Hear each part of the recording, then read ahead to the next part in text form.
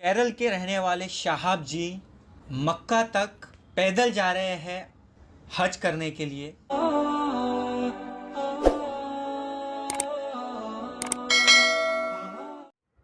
معزز سامعین حضرات، آج جو ملک کے حالات چل رہے ہیں وہ ہمارے اور آپ کے سامنے ہیں۔ ہر شخص واہوائی، شہرت اور پروموشن چاہتا ہے، وہ چاہے کسی بھی اعتبار سے ہو۔ کوئی راجنیتک طور پہ خود کو فیمس کرنا چاہتا ہے، کوئی سماجی طور پہ خود کو فیمس کرنا چاہتا ہے، اور کوئی دینی طور پہ دین کا لبادہ اوڑھ کر کے دینی امور میں دخل دے کر کے اپنی شہرت چاہتا ہے۔ حال ہی میں سوشل میڈیا کے اوپر ایک ویڈیو وائرل ہوا ہے، ہم اور آپ بخوبی جانتے ہیں۔ کیرل کا کوئی ایک شخص ہے، ایک نوجوان ہے، اور وہ کیرل سے سعودی عربیہ مکہ پیدل سفر حج کو نکل گیا۔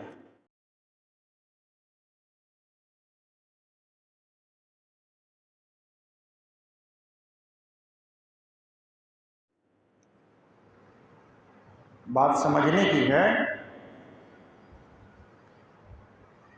رہنے والا کیرل کا، ملک انڈیا ہے، بھارت ہے، ہندوستان ہے، اور جا رہا ہے مکہ، جا رہا ہے سعودی عربیہ، اور پیدل جا رہا ہے۔ ان کے پیچھے بہت سارے ایسے لوگ ہیں جو سبحان اللہ، ماشاء اللہ، الحمدللہ کہتے جا رہے ہیں۔ اور جب یہ ویڈیو سوشل میڈیا کے اوپر وائرل ہوا تو علم سے لابلد لوگ سبحان اللہ، الحمدللہ، ماشاء اللہ، یہ تمام کے تمام جملے لکھتے جا رہے ہیں۔ میں نے بھی کمنٹ کیا کہ اس بھائی صاحب کے سفر حج میں اخلاص کم اور دکھاوا زیادہ لگ رہا ہے۔ تو اس کمنٹ کے ریپلائی میں بہت سارے لوگ بہت ساری باتیں کہیں۔ کسی نے اس کمنٹ کو سراہا بھی کہ یہ بات صحیح ہے، اور کسی نے اس کے برخلاف جواب دیا، ارے یہ تو اللہ کی توفیق ہے، ہر کسی کو کہاں ملتی ہے۔ میں انشاءاللہ رب العالمین لاجیکلی اور علمی طور پہ بھی اس کا جواب دینا چاہتا ہوں کہ سب سے پہلا جواب یہ ہے کہ ہمیں یہاں سے مان لیجیے دلی یا ممبئی جانا ہے، یہ چھوٹی سی بات کر رہا ہوں، سعودی عرب کا سفر تو بہت مشکل ہے، یہاں ہمارے دیش میں، ہمارے ملک میں دلی یا ممبئی جانا ہے، فلائٹ بھی ہے، ٹرین بھی ہے، بسیز بھی ہے، سارے سہولیات ہیں، پھر بھی ہم یہ کہیں ہم تو پیدل ہی جائیں گے، کیونکہ یہ ایسی توفیق کسی کو ملتی ہے، ہر کسی کو تھوڑا ہی ملتی ہے کہ ہم پیدل ہی جائیں گے، جائے کہ تمام سہولیات موجود ہے۔ ہمیں نہیں لگ رہا ہے کہ پرشاسنک طور پہ راجنیتک طور پہ کسی بھی دل کے نیتا یا سماجک طور پہ کسی بھی تنظیم کے قائد رہنما ہمارے اس عمل کو سراہیں گے، اور وہ یہ کہیں گے کہ بھائی صاحب واقعی آپ نے تو کمال کر دیا۔ سارے لوگ کہیں گے، جو کم عقل ہے وہ بھی کہیں گے، بچے ہیں وہ بھی کہیں گے، عورتیں بھی ہیں، سارے لوگ کہیں گے کہ جب سارے سہولیات موجود ہیں تو کیا ضرورت ہے دلی کا سفر پیدل کرنے کا۔ ہمیں پاگل مانا جائے گا، ہمیں بے عقل مانا جائے گا، کہا جائے گا پڑھ لکھ کر کے تم جاہل ہو، پڑھ تو لیے لیکن صحیح طریقے سے اس علم کا استعمال نہیں کر پا رہے ہو۔ یہ تمام کے تمام جوابات ہمارے اور آپ کے ہو سکتے ہیں۔ لیکن یہی مسئلہ ہے اس بھائی کے ساتھ، تو اس بھائی کے پیچھے لوگ سبحان اللہ لکھ رہے ہیں، الحمدللہ لکھ رہے ہیں۔ اس لیے میں نے آپ کو کہا کہ لوگ جو ہے آج شہرت پانے کے پیچھے جو ہے اپنے آپ کو ڈبو چکے ہیں، جیسے شہرت پانی ہے، کوئی سماجی طور پہ کچھ بھی کر رہا ہے تو اس کے پیچھے راز شہرت ہے، راجنیتی طور پہ کچھ کر رہا ہے تو اس کے پیچھے راز شہرت ہے، دینی طور پہ اگر کوئی کچھ کر رہا ہے تو اس کے پیچھے راز شہرت ہے۔ اور نبی صلی اللہ علیہ وسلم نے ایسے اعمال کو ریاکاری بتایا ہے، دکھاوا بتایا ہے۔ چاہے آپ گھٹنے کے بل چل کے کیوں نہ سعودی عرب کا سفر کر لیں، پیدل تو دور کی بات ہے، گھٹنے کی بال کی بات کرتا، اور آپ حج کریں، عمرہ کریں، زیارت کریں، اگر اخلاص نہیں تو پھر وہ عمل بیکار ہے۔ میرے بھائیو، میں آپ کو بتانا چاہتا ہوں یہ دین قیم ہے، دین اسلام جو ہے دین قیم ہے، تمام کی تمام چیزوں سے، تمام تر لغویات سے، تمام تر غلو سے یہ دین پاک ہے، نہ ہی اس دین میں افراط ہے نہ ہی تفریط ہے۔ یہ دین ایسا دین ہے، قرآن مجید نے بیان کیا امت وسطا لتکونوا شہداء علی الناس، تم امت وسط ہو، نہ ہی تمہاری شریعت میں بہت زیادہ افراط ہے کہ کسی بھی عمل کو اتنا مشکل سمجھ لو کہ کرنے کے قابل ہی نہ ہو کہ نہیں ہم سے تو نہیں ہو پائے گا، اور اسی طریقے سے نہ اس دین میں نہ ہی تفریط ہے، اتنی آسانی ہے کہ محض ہلکے میں کسی بھی عمل کو لے کر کے تم اس عمل کے منکر بن جاؤ اور اس عمل سے تم دستبردار ہو جاؤ اور تم اس عمل کا ثواب نہ لے سکو، ایسا ہرگز نہیں ہے۔ نہ ہی اس دین میں، اس شریعت میں افراط ہے اور نہ ہی تفریط ہے، یہ دین بالکل قیم دین ہے۔ اس دین کے علاوہ اب کوئی اور ایسا دین نہیں ہے جو آپ کو سیدھا راستہ بتا سکتا ہے۔ میں آپ کو دلیلیں بتاؤں گا، حدیثیں بتاؤں گا کہ آخر اسلام کا پیغام کیا ہے، اسلام کی حقیقت کیا ہے، اسلام کی روحانیت کیا ہے، سنت نبی صلی اللہ علیہ وسلم کے چلنے کے، سنت نبی صلی اللہ علیہ وسلم کے اوپر چلنے کے طریقے اور ضابطے کیا ہیں۔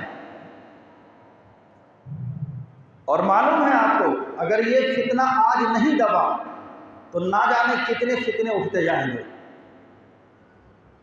نبی صلی اللہ علیہ وسلم کا زمانہ آج سے 1400 سال پہلے کا زمانہ، نبی صلی اللہ علیہ وسلم کے زمانے میں ٹرینیں نہیں تھی، ہوائی جہاز نہیں تھے، بسیں نہیں تھی، کوئی بھی الیکٹرانکل کوئی بھی چیز ایسی وہاں وجود میں ہی نہیں تھی۔ کون سی چیزیں تھیں؟ لوگ اونٹ کے اوپر، گھوڑے کے اوپر، گدھے کے اوپر، کھچر کے اوپر سواری کیا کرتے تھے، جانوروں کے اوپر سواری کیا کرتے تھے۔ تو آپ صلی اللہ علیہ وسلم کے دور میں یہ بات زیادہ ممکن تھی کہ ہو سکتا ہے کسی کے پاس اونٹ نہ ہو سکتا ہے گھوڑے نہ ہو سکتا ہے کھچر اور گدھے نہ ہو، تو وہ کہہ سکتے تھے کہ اللہ کے نبی صلی اللہ علیہ وسلم ہم حج پہ جائیں گے اور ہمارے پاس کوئی سواری نہیں ہے، اے اللہ کے نبی کیا ہم پیدل چل کر حج کر سکتے ہیں، حج کو جا سکتے ہیں؟ یہ سوال ہو سکتا تھا یا نہیں ہو سکتا تھا؟ کیوں؟ اس لیے غربت بہت زیادہ تھی۔ آپ نے سنا ہی ہوگا صحابہ کرام کو اتنا بھی کھانا نہیں ملتا تھا کہ وہ پیٹ بھر کے کھانا کھا سکے، بس جینے کے لیے تھوڑا بہت اگر کہیں کھانا مل گیا کھجور کی شکل میں، جو کی شکل میں اور اسی طریقے سے پنیر کی شکل میں، تو وہ الحمدللہ کہہ دیا۔ غربت کا یہ عالم تھا، غربت کا یہ عالم تھا کہ صحابہ کرام کو اتنے لباس نہیں ہوتے تھے جیسے آج ہم اور آپ پہنتے ہیں۔ ہر دن نئے نئے لباس پہنتے ہیں، ہر قسم کے لباس پہنتے ہیں، ایک لباس میں پوری زندگی گزارا کرتے تھے، صرف وہ بھی تہ بند، نیچے کے پائجامے ہوا کرتے تھے، اوپر تو صرف چادروں سے کام چلا کرتے تھے۔ یہ صحابہ کرام رضوان اللہ علیہم اجمعین کی زندگی کا واقعہ ہے۔ تو یہ بات زیادہ ممکن تھی کہ لوگ سفر میں پیدل کر کے جاتے ہیں، اور جب اس وقت آپ صلی اللہ علیہ وسلم کے اصحاب یہ عمل کرتے تو ایک بات یاد رکھیں، نبی صلی اللہ علیہ وسلم ضرور یہ بات ارشاد فرماتے کہ دیکھو اگر پیدل چل کر کے تم سفر حج پہ جاتے ہو تو تمہیں اتنا ثواب ملے گا۔ کیوں؟ دلیل ہے پیچھے۔ نبی صلی اللہ علیہ وسلم نے فرمایا کہ جس کا گھر دور ہو اور دور ہونے کے باوجود وہ مسجد میں پیدل چل کے آتا ہے، ولم یرکب، سواری نہیں کرتا ہے، اور جمعہ کے دن پیدل چل کے آتا ہے، تو نبی صلی اللہ علیہ وسلم نے اس کے اوپر ثواب بتایا ہے۔ تو اتنا بڑا معاملہ، اتنی بڑی عبادت، ان کی فضیلت کیا ہونی چاہیے؟ آئیے حدیث کھولتے ہیں۔ صحیح بخاری کے اندر 843 نمبر کی حدیث ہے اور یہی جواب ہے۔ صحیح بخاری حدیث کی کتاب، اس میں 843 نمبر کی روایت ہے۔ عن ابی ہریرہ رضی اللہ تعالی عنہ قال جاء الفقراء الى النبي صلی اللہ علیہ وسلم فقالوا ذهب اهل الدثور من الاموال۔ حضرت ابو ہریرہ رضی اللہ تعالی عنہ حدیث کے راوی، ایک ایک جملہ سمجھیں اور آپ کو جواب مل جائے گا کہ ہمیں اعمال کیسے کرنے چاہیے تھے۔ اس بھائی کو پیدل کر کے جانا چاہیے تھا یا نہیں جانا چاہیے تھا؟ آئیے سنتے یہ حدیث۔ نبی صلی اللہ علیہ وسلم نے کیا فرمایا؟ حضرت ابو ہریرہ رضی اللہ تعالیٰ عنہ حدیث کے راوی، حدیث نمبر 843، وہ کیا کہتے ہیں کہ ذهب الفقراء الى النبی صلی اللہ علیہ وسلم، فقراء کی جماعت، مساکین کی جماعت، غریبوں کی جماعت، نادار لوگ آپ صلی اللہ علیہ وسلم کے پاس آئے ہیں، اور کیا کہتے ہیں؟ فقالوا، اور کیا کہتے ہیں اللہ کے نبی صلی اللہ علیہ وسلم؟ یہ اہل طاقت، اہل استطاعت، اہل دولت لوگ، اہل ثروت لوگ نیکیوں میں بہت زیادہ آگے بڑھ گئے، بہت زیادہ بلند مقام حاصل کر لیا، ہمیشہ قائم رہنے والی جنت کو خرید لیا۔ یہ کون کہہ رہے ہیں؟ نبی صلی اللہ علیہ وسلم کے وہ اصحاب جو کہ غریب تھے، جو کہ مسکین تھے، جن کے پاس سواریاں تو دور کی بات، کھانے کی چیز موجود نہیں تھی، وہ آگے نبی صلی اللہ علیہ وسلم کے سامنے یہ شکایت درج کرا رہے ہیں، اے اللہ کے نبی صلی اللہ علیہ وسلم، جتنے اہل ثروت لوگ ہیں، مال و دولت والے ہیں، وہ تو نیکیوں میں ہم سے بہت زیادہ بلند مقام حاصل کر لیے ہیں، لیکن ہم تو غریب ہیں، ہم تو نادار ہیں، بھلا ہم ان کی نیکیوں تک کیسے پہنچ پائیں گے؟ تو اللہ کے نبی صلی اللہ علیہ وسلم تمام فقراء و مساکین کی بات سن رہے ہیں، تو وہ مثال دے کے سمجھا رہے ہیں، اے اللہ کے نبی صلی اللہ علیہ وسلم، نصلی، ہم بھی نماز پڑھتے ہیں، وَيُصَلُّونَ، اور وہ لوگ بھی نماز پڑھتے ہیں، اسی طریقے سے نصوم، ہم لوگ بھی روزہ رکھتے ہیں اور وہ لوگ بھی روزہ رکھتے ہیں، لیکن اے اللہ کے نبی صلی اللہ علیہ وسلم، ان کے پاس اتنے مال و زر ہے کہ اس مال کے ذریعے سے وہ یجاہدون فی سبیل اللہ، اللہ کے راستے میں جہاد کرتے ہیں، ویتصدقون، اور صدقہ و خیرات کرتے ہیں، اور اسی طریقے سے حج کرتے ہیں، عمرہ کرتے ہیں۔ یہ چار باتیں نبی صلی اللہ علیہ وسلم کے سامنے غربا و مساکین لوگ، امیر لوگوں کے بارے میں آ کر کے کہہ دیے کہ ان چاروں چیزوں کی وجہ سے، ان چاروں عبادات کی وجہ سے وہ ہم سے بہت زیادہ آگے ہیں۔ تو آپ صلی اللہ علیہ وسلم نے کیا جواب دیا ہوگا؟ یہ آپ کو سننا ہے۔ آپ صلی اللہ علیہ وسلم نے کیا جواب دیا ہوگا؟ تھوڑا سا سوچئے، غور کیجئے۔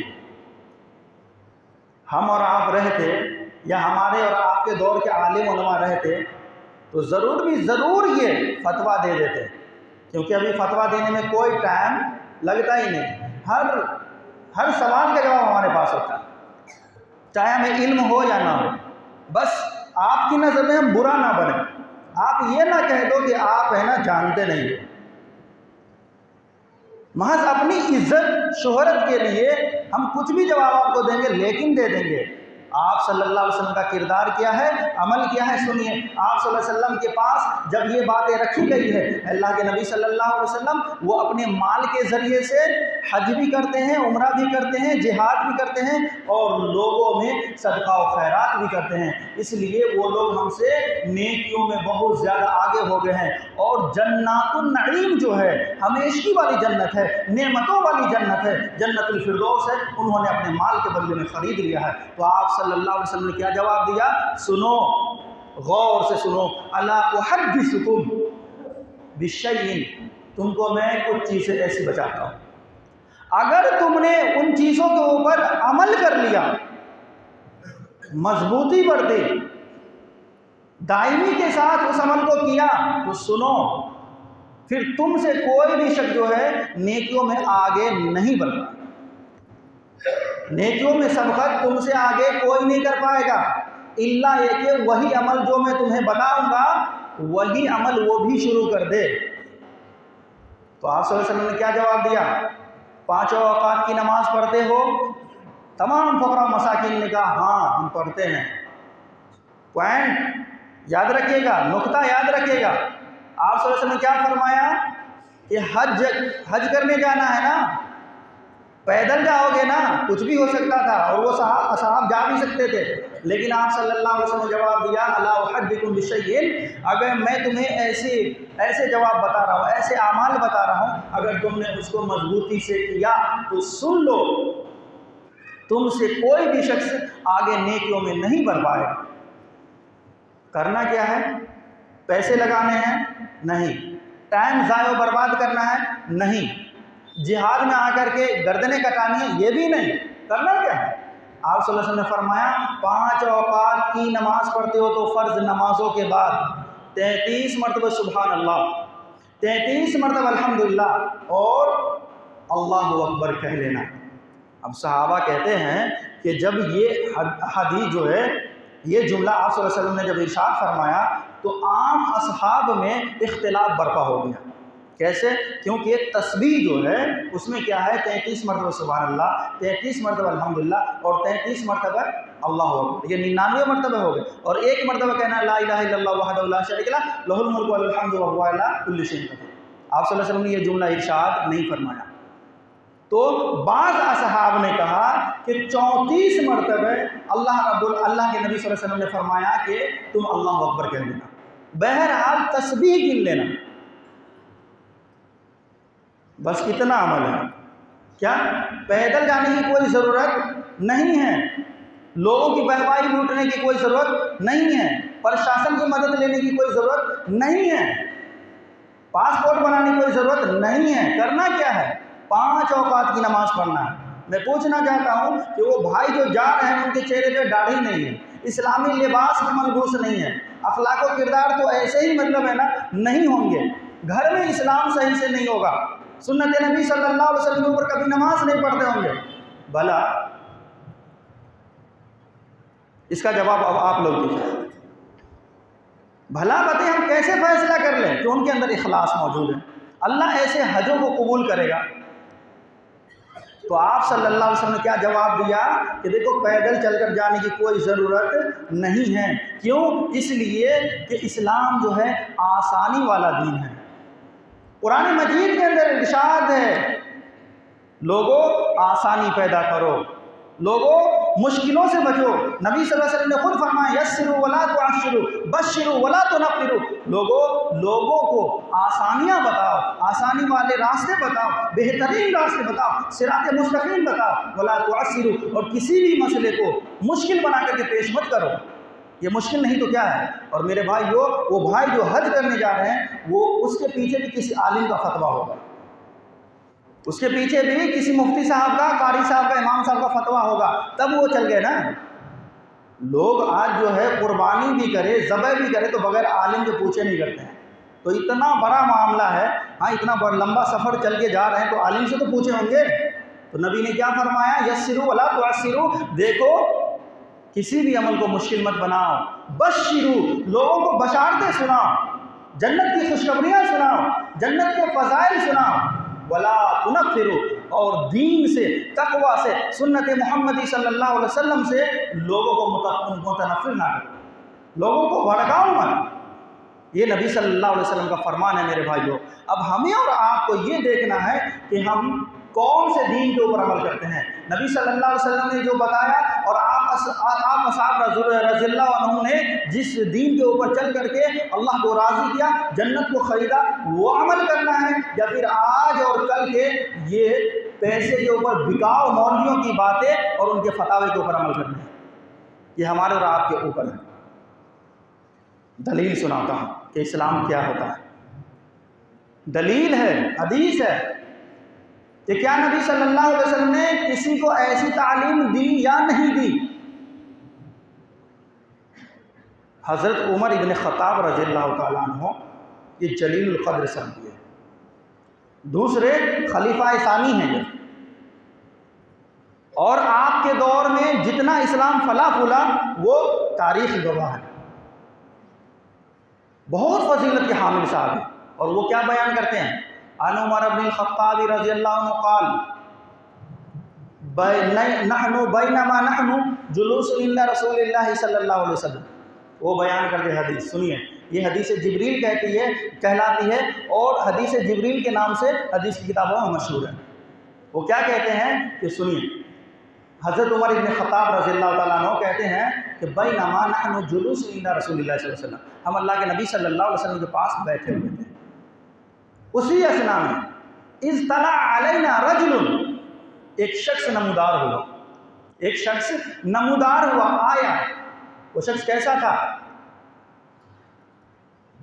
بیاض الثیاب، سفید کپڑے والے، شدید و سوداء الشعر، بالکل گھنے اور کالے بال والے، لا یرا علیہ سفر، ان کے اوپر سفر کے آثار تھے ہی نہیں. یعنی ایک شخص ایسا ہے جو ہمارے اور آپ کے سامنے آئے اور وہ دور سے آ رہا ہے، دلی ممبئی کہیں سے بھی آ رہا ہے، تو سفر کے تھکان تو ان کے چہرے کے اوپر نمایاں ہوں گے. کپڑے گندے ہوں گے، ہے نا، تھوڑا چہرہ زردی مائل ہوگا، کیسے ہوگا، ڈل سا چہرہ ہوگا، بال بکھرے ہوں گے، جو سفر کے آثار ہوتے ہیں.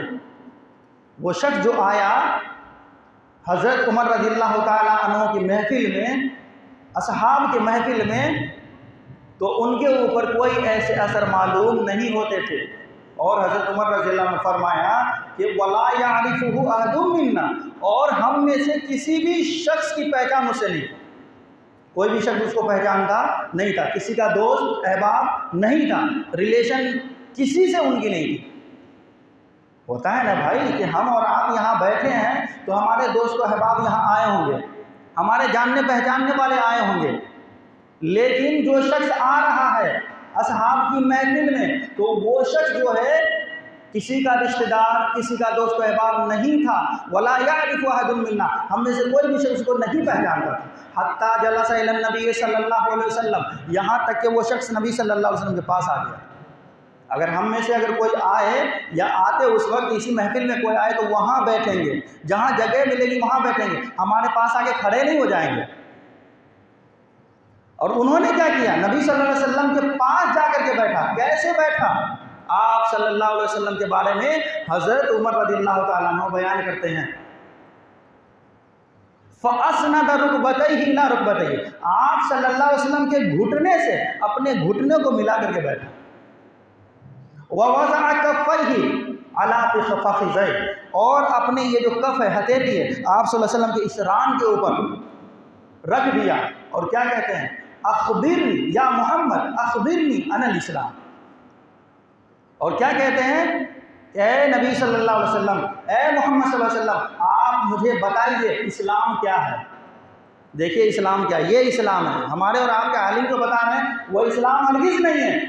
وہ ان کا دین، ان کا طریقہ، ان کا مذہب ہو سکتا ہے، ان کی سنت ہو سکتی ہے، لیکن نبی کی سنت نہیں ہے۔ نبی کی سنت کیا میں بیان کر رہا ہوں، حضرت جبریل امین ہے، وہ شخص جو ہے جبریل امین ہے، اور وہ آتے ہیں انسانی شکل میں اصحاب کی محفل میں، ڈائریکٹ نبی صلی اللہ علیہ وسلم کے پاس بیٹھتے ہیں اور گھٹنے سے گھٹنے ملا کر کے بیٹھتے ہیں، اپنے ہاتھ کو، اپنے ید کو آپ کے فخذ کے اوپر یعنی ران کے اوپر رکھتے ہیں، اور کیا کہتے ہیں، یا محمد اخبرنی عن الاسلام، اسلام کے بارے میں بتائیے۔ تو آپ صلی اللہ علیہ وسلم نے کیا ارشاد فرمایا معلوم ہے، ان تشہد ان لا الہ الا اللہ وان محمد رسول اللہ۔ اسلام یہ ہے کہ تم سب سے پہلے شہادتین کی گواہی دو، لا الہ الا اللہ محمد رسول اللہ، یہ اسلام ہے۔ اس کے بعد وَتُقِيمَ الصَّلَاةَ، نماز قائم کرو، وَتُؤْتِيَ الزَّكَاةَ، اور زکوٰۃ ادا کرو، وَتَصُومَ رمضان، اور رمضان کے روزے رکھو، وَتَحُجَّ الْبَيْتَ إِنِ اسْتَطَعْتَ إِلَيْهِ سَبِيلًا، اور جب تمہیں استطاعت ہو، مال و زر ہو، طاقت ہو، اتنے پیسے ہوں کہ تم اپنے ملک سے جہاں رہتے ہو، اپنے مقام سے اللہ کے گھر کا طواف کرنے کی طاقت رکھتے ہو، اخراجات ہیں، تو پھر آپ اللہ کے گھر کا طواف کرو۔ تو وہ شخص سائل جو پوچھ رہا ہے تو وہ کیا کہتے ہیں، صدقتا، واقعی آپ نے صحیح کہا۔ تو حضرت عمر رضی اللہ تعالیٰ عنہ کہتے ہیں کہ فعجبنا، ہمیں تعجب ہوا کہ وہ شخص خود ہی سوال کر رہا ہے، اور آپ صلی اللہ علیہ وسلم جب جواب دیتے ہیں کہ وہ شخص کیا کہہ رہا ہے، صدقتا، آپ نے صحیح کہا، یسألہ ویصدق، خود ہی سوال کرتا، خود ہی تصدیق کرتا۔ کسی کے سمجھ میں یہ بات نہیں آ رہی تھی کہ وہ شخص کون ہے۔ میرے بھائیو، میرے اس حدیث کے بیان کرنے کا مطلب کیا ہے، آخری جملہ وَتَحُجَّ الْبَيْتَ إِنِ اسْتَطَعْتَ إِلَيْهِ سَبِيلًا، جب تمہیں استطاعت ہو تو جا کر کے تم سفر حج پہ جاؤ، ورنہ پیدل جانے کی کوئی ضرورت نہیں ہے۔ بات سمجھ میں آ رہی ہے، پیدل جانے کی کوئی ضرورت نہیں ہے، کیوں؟ اس لیے کہ آپ کے پاس استطاعت نہیں ہے۔ ارے حج کرنا تو بہت دور کی بات ہے، جب آپ کو استطاعت نہ ہو تو آپ زکوٰۃ بھی نہ دیں، زکوٰۃ بھی آپ کے اوپر معاف ہے۔ کرنا صرف کیا ہے، دائمی عمل کیا ہے، شہادتین کی گواہی دینا اور ان کے تقاضوں کو پورے کرنا، اقام الصلاۃ، نماز قائم کرنا، ہر حال میں نماز قائم کرنا، گھر میں رہو، باہر میں رہو، سفر میں رہو، حجر میں رہو، اکیلے میں رہو یا دوستوں کے ساتھ رہو، ہر جگہ نماز نماز نماز، یہاں تک کہ بیماروں کو بھی نماز کی ہے نا فرصت نہیں ہے۔ تو نماز تو ہم قائم نہیں کریں گے، لیکن سفر حج پہ پیدل جانا ہے، وہ اعمال ضرور کرنے ہیں جس کے بارے میں نبی صلی اللہ علیہ وسلم نے منع کیا ہے۔ میرے بھائیو، ایک پوائنٹ میں آپ کو یہاں بتانا چاہتا ہوں کہ اس سفر حج میں دو چیزیں پائی جاتی ہیں، کیا معلوم ہے؟ ایک تو دین میں غلو ہے، بڑھا چڑھا کر کے وہ پیش کرنا ہے اس عمل کو، اور ایسا لگا نہ جانے کتنے ثواب پانے والے ہیں۔ تو ایک پہلی چیز غلو ہے، دوسری چیز مشابہت ہے، مشابہت، غیر مسلم پد یاترا کے ذریعے اپنے بھگوان کو خوش کرنے جاتے ہیں، اور اس پد یاترا میں وہ چپل بھی استعمال نہیں کرتے۔ آپ دیکھ لیجئے، یہ مشابہت ہے۔ نبی صلی اللہ علیہ وسلم نے کیا فرمایا، من تشبہ بقوم فہو منہم، کہ اگر کوئی کسی قوم کی مشابہت اختیار کرتا ہے تو انہی میں سے ہے، ہم میں سے نہیں ہے۔ یعنی وہ جو طریقہ اختیار کیا جا رہا ہے وہ غیر مسلمین کے طریقے تو ہے، لیکن مسلمین کے طریقے، مومنین کے طریقے نہیں ہے۔ تو ہمیں کون سا عمل کرنا چاہیے؟ ہر وہ عمل جو نبی صلی اللہ علیہ وسلم نے بتایا ہے، ہر وہ عمل جو نبی صلی اللہ علیہ وسلم نے کیا ہے، ہر وہ عمل جو صحابہ کرام رضوان اللہ علیہم اجمعین نے مجموعی طور پہ اور بڑھتے دم تک کیا ہے۔ تو آپ صلی اللہ علیہ وسلم کے پاس جو وہ اصحاب آئے، ان اصحاب کو آپ صلی اللہ علیہ وسلم نے کیا بتایا کہ تم نماز کے بعد صرف کیا کر رہے ہو، کرنا کیا ہے، تسبیح پڑھ لو، اللہ رب العالمین بہت زیادہ ثواب دے گا، اتنا دے گا کہ جب تک کہ تمہارے جیسے اعمال دوسرے نہ کریں تم سے آگے نہیں بڑھ سکتے۔ تو میرے بھائیوں، یہ دین میں غلو ہے، اور غلو کی وجہ سے یہ پرانی امت ہلاک کر دی گئی۔ میں نے آپ کے سامنے پارہ نمبر 4 سورہ نمبر 3 سورۃ آل عمران آیت نمبر 57 کی تلاوت کی تھی، اور یہ آیت جو ہے پارہ نمبر 4 کی پہلے پیج پہ ہے۔ اللہ رب العالمین نے فرمایا وَلِلَّهِ عَلَى النَّاسِ حِجُّ الْبَيْتِ مَنِ اسْتَطَاعَ إِلَيْهِ سَبِيلًا۔ جب یہ آیت نازل ہوتی ہے تو اس کا مطلب یہ ہے وَلِلَّهِ عَلَى النَّاسِ، اور اللہ کے لیے لوگوں کے اوپر کیا ہے؟ حج البیت، اللہ کے گھر کا طواف کرنا، حج کرنا، من استطاع الیہ سبیلا، وہاں بھی استطاعت کا لفظ ہے کہ استطاعت رکھتے ہو تو اصحاب آگے آپ صلی اللہ علیہ وسلم کے پاس، مسند احمد میں امام احمد رحمۃ اللہ علیہ نقل کرتے ہیں کہ تمام اصحاب آپ کے پاس آ گئے اور کیا کہنے لگے؟ اے اللہ کے نبی صلی اللہ علیہ وسلم، کیا ہر سال حج فرض ہے؟ اب جو یہ آیت نازل ہو گئی ہے تو آپ اصحاب رضوان اللہ علیہ اجمعین نے کیا سوال کیا؟ کیا ہر سال کرنا ہے؟ تو آپ صلی اللہ علیہ وسلم نے کیا فرمایا کہ دیکھو، اگر میں کہہ دوں تو واجب ہو جائے گی، اگر میں کہہ دوں ہاں تو واجب ہو جائے گی، اگر میں کہہ دوں تو اللہ فرض کر سکتا ہے ہر سال، لیکن سنو، اگر تم استطاعت رکھتے ہو تو ہر سال کر لینا، استطاعت رکھتے ہو تو، استطاعت نہیں ہے تو کوئی ضروری نہیں ہے، زندگی میں ایک بار بھی آپ نے حج کر لیا نا اور اخلاص کے ساتھ کیا ہے، اس میں دکھاوا نہیں ہے، سنت نبی صلی اللہ علیہ وسلم کے اوپر کیا وہ حج، تو اللہ رب العالمین اس کا ثواب ضرور بھی ضرور عطا کرے گا۔ لیکن اگر آپ نے زندگی میں ایک بار نہیں، 100 بار نہیں، جتنی زندگی ہے 60 سال ہے تو 60 مرتبہ کر لیجئے، لیکن اگر آپ اس میں دکھاوا کرتے ہیں یا سنت نبی صلی اللہ علیہ وسلم کے اوپر وہ حج نہیں کیا جا رہا ہے تو اللہ قابل و قبول کرنے والا نہیں ہے۔ تو میرے بھائیوں، ہر وہ عمل کریں جو نبی صلی اللہ علیہ وسلم سے ثابت ہو، ہر وہ عمل کریں جو اصحاب سے ثابت ہو۔ بہرحال اللہ رب العالمین سے دعا ہے اللہ رب العالمین ہمیں اور آپ کو صحیح سمجھ عطا فرمائے۔